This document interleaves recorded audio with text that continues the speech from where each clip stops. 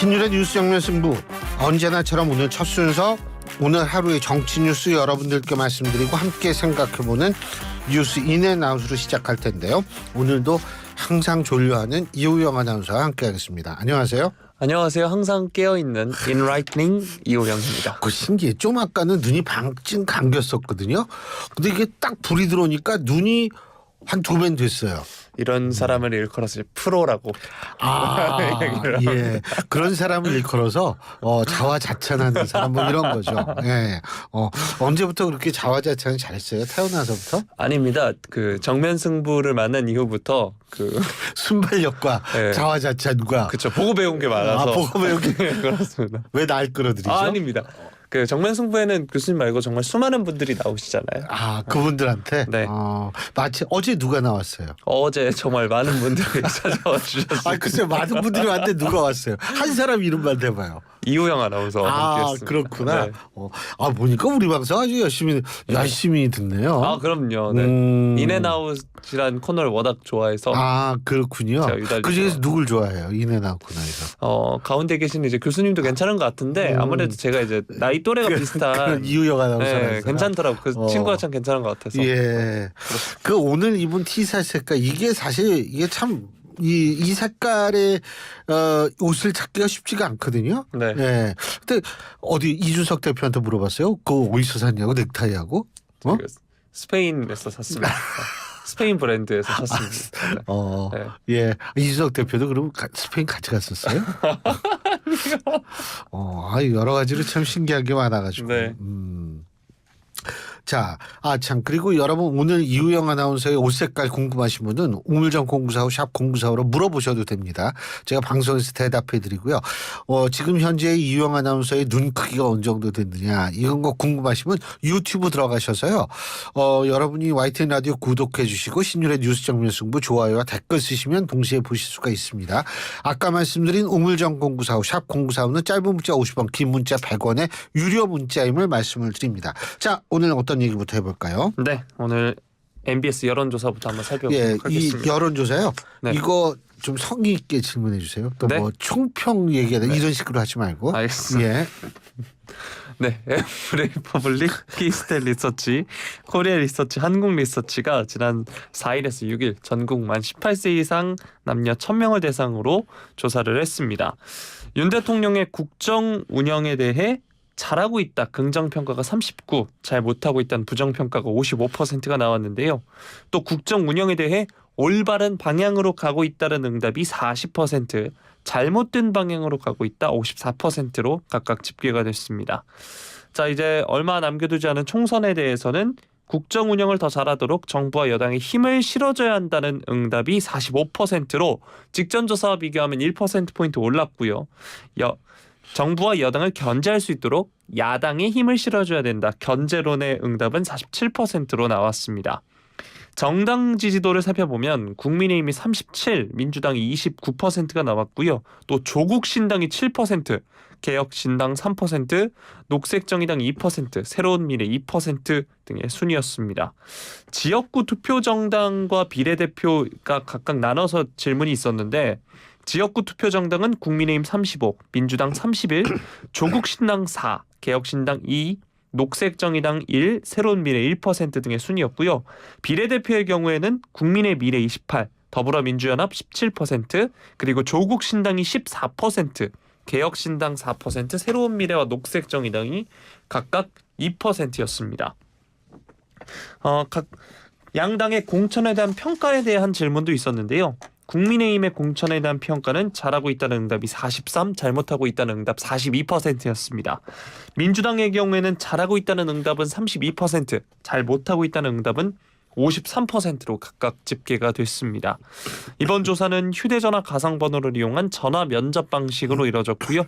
응답률 17.2%, 표본 오차 95% 신뢰 수준에서 플러스 마이너스 3.1%포인트였습니다. 자세한 내용은 중앙선거여론조사심의위원회 홈페이지를 참조하시면 되는데요. 자, 어제도 저희가 여론조사 소식을 전해드린 바 있습니다. 이번 조사에서도 조국 신당에 대한 평가가 눈에 띄는데요. 여론조사 관련해서 어떻게 생각하는지 쭉 읊어주시면 좋을 것 같습니다. 예. 보니까 그 총평을 풀어서 얘기를 하면 그렇게 되는 거고요. 네. 근데요. 자, 조국 신당 지금 11%가 나왔죠. 비례에서. 비례에선 14%. 14% 나왔죠. 그러면 우리가 열린민주당 2020년 당시 3월 셋째 주 넷째 주에 열린민주당의 당시에 열린민주당 그때 열린민주당하고 조국 혁신당하고 이 공통점이 많아요.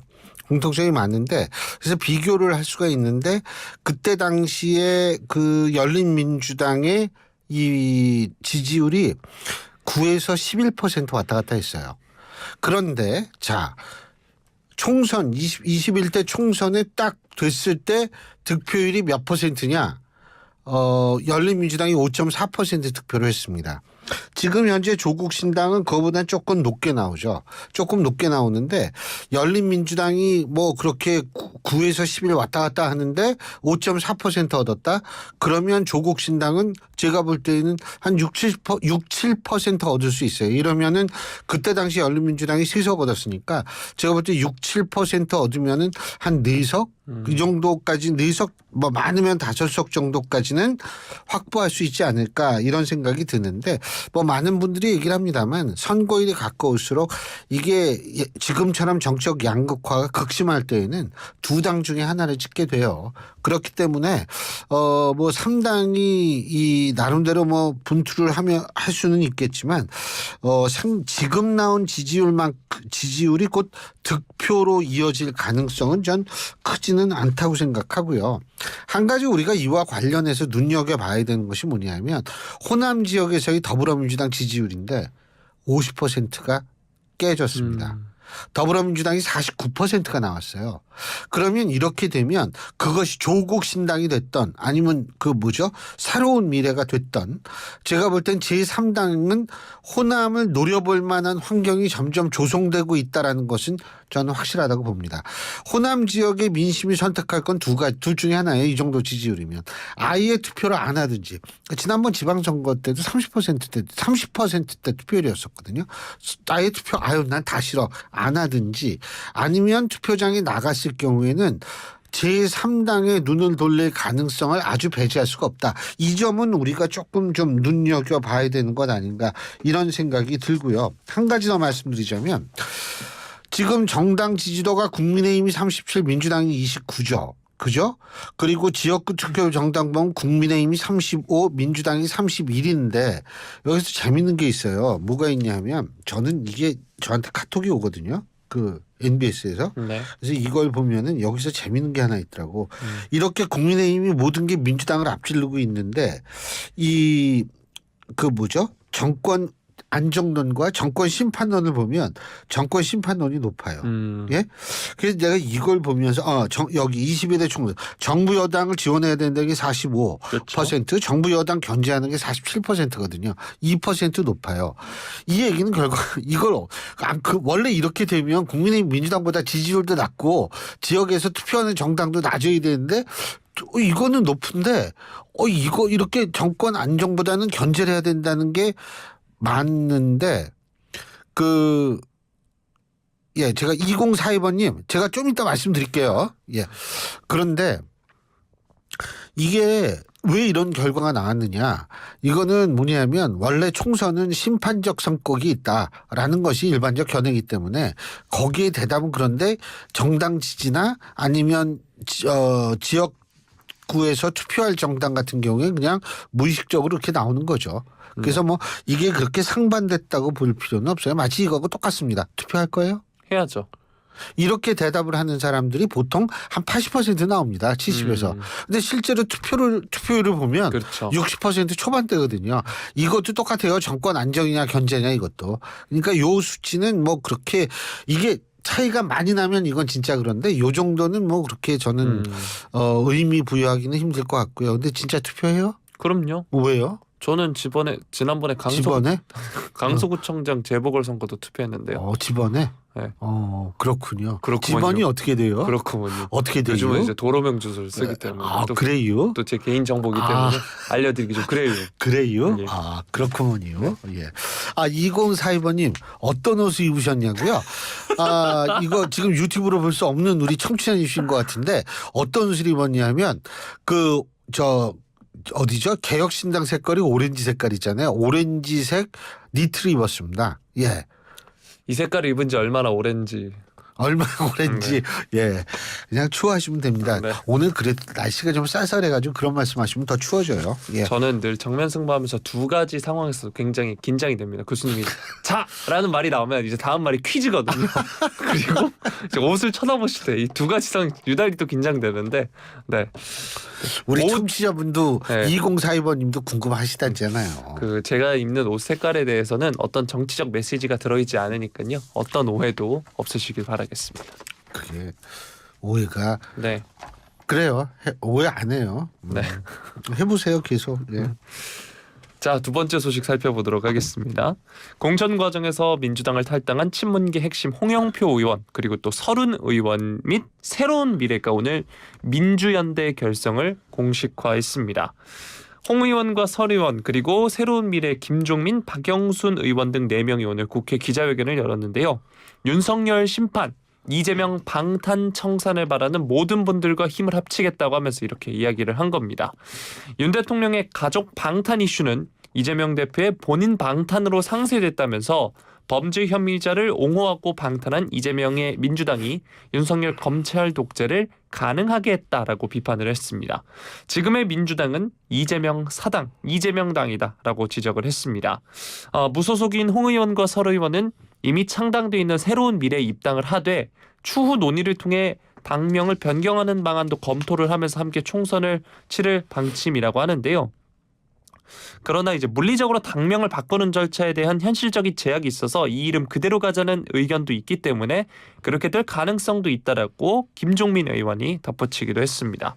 서른 의원은 물리적으로 새 당을 만들 수는 없다. 기존의 새로운 미래에 들어가 개명하는 방법이 가장 합리적이라고 이야기했고 홍 의원은 당명을 바꾸는 법적 절차에 상당한 시간이 소요된다는 현실을 고려해야 한다. 이렇게 말을 했습니다.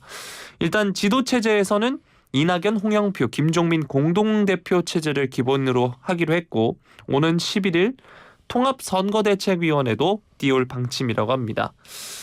네, 그리고 현재 4명인 민주연대 현역 의원의 추가 합류 가능성도 거론하기도 했습니다.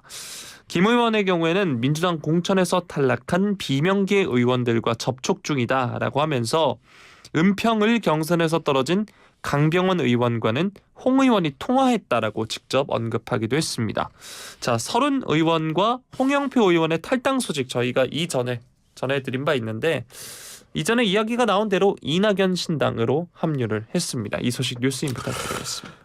이거 제가 얘기 많이 하면 안 돼요. 오늘 이따 3부에 홍영표 의원께서 직접 나오시기 때문에 제가 이제 궁금한 거를 좀 여쭤보려고 하는데 이게 지금 이 의원 영입이 뭐 그렇게 중요하냐. 이게 단순한 세 문제가 아니에요. 5명이 되면 전국의 동일 기호로 출마를 할 수가 있고 6명, 그 2명만 거기 더 오면 기호 3번을 달 수가 있습니다. 이게요. 정당 투표용지 따로 지역구 인격 투표용지 따로거든요. 그러면 인격 투표용지에서 3번을 달 수가 있다는 얘기예요. 예? 비례 투표에서는 뭐 좀 문제가 달라진다 하더라도 그렇기 때문에 제가 생각할 때에는 과연 얼마나 많은 의원들을 영입할 수 있느냐 이 부분이 굉장히 중요한 부분인데 지금 어떻게 하고 있는지는 제가 이따가 3부에서 홍영표 의원께서 나오시면 제가 직접 한번 물어보겠습니다. 네. 궁금한 거 있으면 지시하십시오. 괜찮습니다. 저는 지시하세요. 제가 그냥. 지금 순간적으로 그 홍땡표 의원들이 워낙 많으셔가지고 순간 그렇죠. 홍준표 시장, 홍문표 의원, 네. 홍익표 원내대표, 홍영표 의원. 네. 예. 제 친구 중엔 홍일표도 있습니다. 네. 홍문표 의원은 아까 말씀을 드렸는데 네. 홍일표요? 네. 2표는 동생이 2표예요? 자, 다음 소식 살펴보도록 하겠습니다. 그 동생은 3표인가 그러면? 아니에요? 예. 자, 2018년 지방선거 당시 울산시장 선거 개입 사건을 재수사하는 검찰 오늘 대통령 기록관 압수수색에 나섰는데요. 지난 1월 서울고검이 재기수사 명령을 내린 지 49일 만에 재수사를 본격화한 겁니다. 서울중앙지검 공공수사 2부가 오늘 오전 세종시에 있는 대통령 기록관에 검사와 수사관을 보내서 문재인 정부 청와대에서 생산한 지정기록물 등을 확보하고 있다, 이런 소식이 전해졌는데요. 임종석 전 대통령 비서실장, 또 조국 전 청와대 민정수석 등 피의자들이 관여 여부를 확인하기 위해 당시 청와대 내부 의사결정 과정을 파악하려는 차원으로 풀이가 되고 있습니다. 임 전 실장과 조 전 수석 등은 송철호 전 울산시장이 2018년 지방선거에서 당내 경선 없이 더불어민주당 후보로 단독 공천받는 데 관여했다는 의혹을 받고 있는데요. 당시 송 전 시장의 경쟁자였던 임동호 전 민주당 최고위원과 심규명 변호사 등에게 다른 자리를 제안하면서 경선 불출마를 종용했다는 것이 의혹의 골자입니다. 조 전 수석과 또 이광철 전 청와대 민정비서관 등은 지방선거를 앞두고 김기현 당시 울산시장에 대한 하명 수사에 관여했다는 의혹도 받고 있는데요. 이 의혹과 관련해서 2020년 1월 송 전 시장과 황운하 전 울산지방경찰청장, 현 민주당 의원이죠, 등 13명을 공직선거법 위반 혐의로 서울중앙지검이 재판에 넘겼고, 이듬해 이진석 전 청와대 국정상황실장은 추가 기소된 바 있습니다. 한편 임 전 실장과 조 전 수석 등에 대해선 개입 사실을 입증할 증거가 부족하다는 이유 등으로 기소하지 않았죠. 그러나 검찰은 불기소 이유서에 송 전 시장 캠프에서 경쟁 후보자 매수 관련 전략이 수립, 실행된 정황이 있다, 첩보가 경찰에 하달된 직후 민정비서관실 직원들이 관련 동향을 파악한 정황이 있어 범행에 가담했다는 강한 의심이 드는 건 사실이라는 내용을 담아서 여지를 남긴 바 있습니다. 이렇게 서울고검이 판결 50일 만에 올해 1월 18일 서울중앙지검에 재기수사를 명령을 했고요. 이후 기존 수사 기록과 판결문 내용 등을 검토해온 검찰은 49일 만인 오늘 첫 압수수색에 나선 겁니다. 자, 지금 총선이 34일밖에 남지 않았는데 수사 속도나 방향에 변수가 될 수 있다, 이런 이야기가 나오고 있습니다. 일단 임 전 실장의 경우에는 최근 민주당 공천 과정에서 컷오프가 됐지만 조 전 수석의 경우에는 조국 혁신당을 창당해서 총선 행보에 나서고 있는 상황이거든요. 그래서 검찰 수사를 선거 개입으로 규정하고 반발할 가능성도 있는 상황입니다. 자, 총선을 얼마 남겨두지 않은 상황에서 이 수사 자체가 조국 대표에게, 특히 지금 혁신당을 막 창당해서 총선 행보에 나서고 있는 조국 대표에게는 타격이 있을 수 있는데요. 이 소식 교수님 부탁드리겠습니다. 저는 사실 개인적으로 그렇게 큰 타격이 있을 거라고 보진 않아요. 왜 그러냐면 일단은 조국 대표한테 제일 큰 문제는, 물론 저는 대법원 판결이 그 전에 총선 전에 나올 거라고 생각하지는 않지만 이게 2심까지 징역 2년, 집행유예 없이 징역 2년 선고를 받았다는 이 부분이 오히려 더 큰 타격이라고 생각이 되고요. 그리고 임종석 전 실장 같은 경우에는 뭐 타격이라고 볼 수는 없죠. 하지만 컷오프를 당했지만 당의 잔류를 했기 때문에 지금 여러 가지 얘기가 나오고 있어요. 선대위원장 얘기도 나오고 있고 하는데, 선대위원장을 줄지는 모르겠어요. 근데 최소한도 서울지역 선대본부장 같은 거는 할 수 있다라고 저는 생각하거든요. 그렇기 때문에 이제 그런 거를 할 수 있는데 이런 게 수사가 들어가면 못할 수는 있겠죠. 하지만 그런 걸 우리가 타격이라고 얘기할 수는 없죠. 세 번째, 저는 다른 문제라면 이거 뭐 이렇게 얘기를 하겠는, 왜 이 선거 때 이렇지, 이런 얘기를 하는데, 이게 뭐냐면 선거 개입 의혹 사건입니다. 선거 개입이라는 거 우리가 흔히 선거를 뭐라 그래요? 자, 퀴즈. 민주주의의 꽃이라 그러죠. 그렇죠. 네. 민주주의의 꽃이라고 얘기하는 선거를 많이 개입했다는 의혹이 철저하게 수사되지 않는 한은 제가 볼 땐 이거는 계속 사실 선거 과정에 있어서 제일 중요한 건 신뢰인데, 신뢰가 깨질 수가 있기 때문에 이 부분에 대한 수사는 뭐 선거고 뭐고 눈치 보지 말고 해야 되는 것 아닌가, 이런 생각을 하죠. 네. 네. 자, 마지막 소식 살펴보도록 하겠습니다. 국민의힘 한동훈 비상대책위원장 총선 승리를 전제로 한 국가안보 대공 분야 정책 공약을 잇따라 내놨는데요. 오늘 비대위 회의를 통해서 국민의힘은 4월 목련이 피는 총선에서 승리한 다음 바로 국정원의 대공 수사권을 회복하는 법률 개정안을 내고 통과시키겠다 말을 했습니다. 이는 3년 유예를 거쳐 올해부터 시행된 국정원법에 따라 간첩 등 국가보안법 위반 범죄를 수사하는 대공수사권이 국정원에서 경찰로 완전히 넘어간 것을 두고 한 말인데요. 한 위원장은 아시다시피 검사 출신이죠. 본인은 그쪽 현업에 있어봤다라고 하면서 정보, 첩보, 간첩의 문제는 일반 경찰이나 검찰이 감당하기 어렵다. 대공은 첩보와 정보의 영역이지 수사의 영역은 아는 것이다 라고 말을 했는데요. 그렇기 때문에 대부분 나라에서 정보기관이 간첩 잡는 업무를 한다. 그런데 민주당이 그걸 없애버렸다. 그 기능을 복원해야 한다는 게 우리 당의 일관된 생각이다라고 강조를 한 바 있습니다. 앞서 한 위원장은 지난 4일 비대위 회의에선 국민의힘이 총선에서 이길 경우 적국에만 한정돼 적용하는 형법상 간첩죄를 다른 모든 외국으로 확대하는 법 개정을 우선 처리 대상으로 꼽기도 했는데요. 특히 이날 공언한 국정원 대공수사권 회복은 민주당이 범야권 정당들과 함께 만든 비례대표 위성정당 더불어민주연합을 겨냥한 거기도 하다고 합니다. 이 당을 통해 옛 통합진보당 출신을 포함한 친북 성향 인사들이 대거 국회의원이 될 가능성이 커졌는데 한 위원장은 이를 이재명 대표가 자기가 살기 위해 종북 세력의 전통의 민주당을 숙주정당으로 내주고 있다라고 비판을 한 바 있습니다. 실제로 지난해 7월에는 친북 매체 기자 출신으로 서른 당시 민주당 의원의 4급 보좌관이던 A씨가 2급 비밀 취급 인가증을 이용해서 군 당국의 기밀 자료 700여 건을 수집해 일부를 유출했다는 의혹이 제기된 바도 있는데요. 한 위원장의 국가안보 및 대공 분야 정책 공약들 어떻게 들으셨나요? 자, 네? 퀴즈. 네, 이거 쉬운 거예요. FTA 알죠? FTA. 네. FTA가 뭐 우리나라가 딴 나라랑 FTA를 체결했다고 칩시다. 그게 국내 정치입니까? 외교입니까? 쉽잖아요. 외교죠. 외교. FTA 체결하면 그 영향이 국내에 엄청나게 영향을 많이 줘요. 둘 다. 둘 다. 네. 그렇죠. 네. 둘 다인데 이게 그만큼 요새에는요. 국내와 해외를 구분할 수가 없어요. 예? 그런데 예를 들면 국정원을 해외 정보처로 딱 만들어요. 해외에서 막 정보를 했어. 근데 이게 파고 하다 보니까 이게 국내 간첩하고 연결이 되네. 근데 우리는 국내를 건드리면 안 돼. 이러고 스톱할 수가 없죠. 그리고 그거를 이첩을 해준다 경찰한테.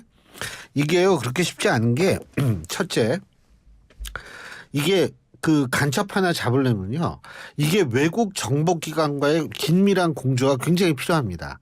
그런데 자 우리나라는 우리 국정원의 대공수사권을 경찰한테 넘겨요. 그럼 외국 정보기관이 그럼 이제부터 대한민국 경찰이랑 이 업무 협조를 해야 되겠구나. 그게 가능할 것 같아요? 천만에. 정보기관은 정보기관만 상대합니다. 그러면 우리는 과연 외국에서 필요한 정보를 어떻게 얻을 것이며, 예? 그래서 어떻게 수사를 할 것인지가 전 굉장히 궁금해요. 그래서 이거는 그리고 또 한 가지 이게 뭐 흔히 뭐 많이 얘기하잖아요. 뭐 대공수사 노하우가 필요하다. 그 보통 간첩 사건 하나 잡는데 몇 년 수사는 5년에서 6년 걸리거든요. 예? 그럼 그 장시간을 투자할 수 있어야 돼요. 그리고 거기에 침투도 하고 노하우가 있어야 되거든요. 그걸 경찰이 한다.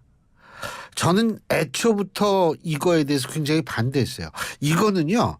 저 개인적으로는 뭐냐면 이게 선거다 아니다를 떠나가지고 이거는 당연히 대공수사권은 이 국정원에 돌려줘야 된다고 생각해요. 그리고요. 여러분 중에 혹시 대한민국에 간첩이 한 명도 없다고 생각하는 분 계십니까?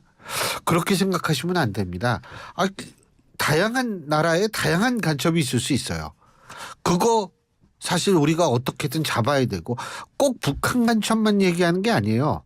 하지만 거기에는 노하우가 필요하고 또 한 가지 제가 말씀드리는 게 우리 저 국민의힘에 입당한 김영주 국회 부의장께서 간첩법을 만들자고 얘기를 했거든요.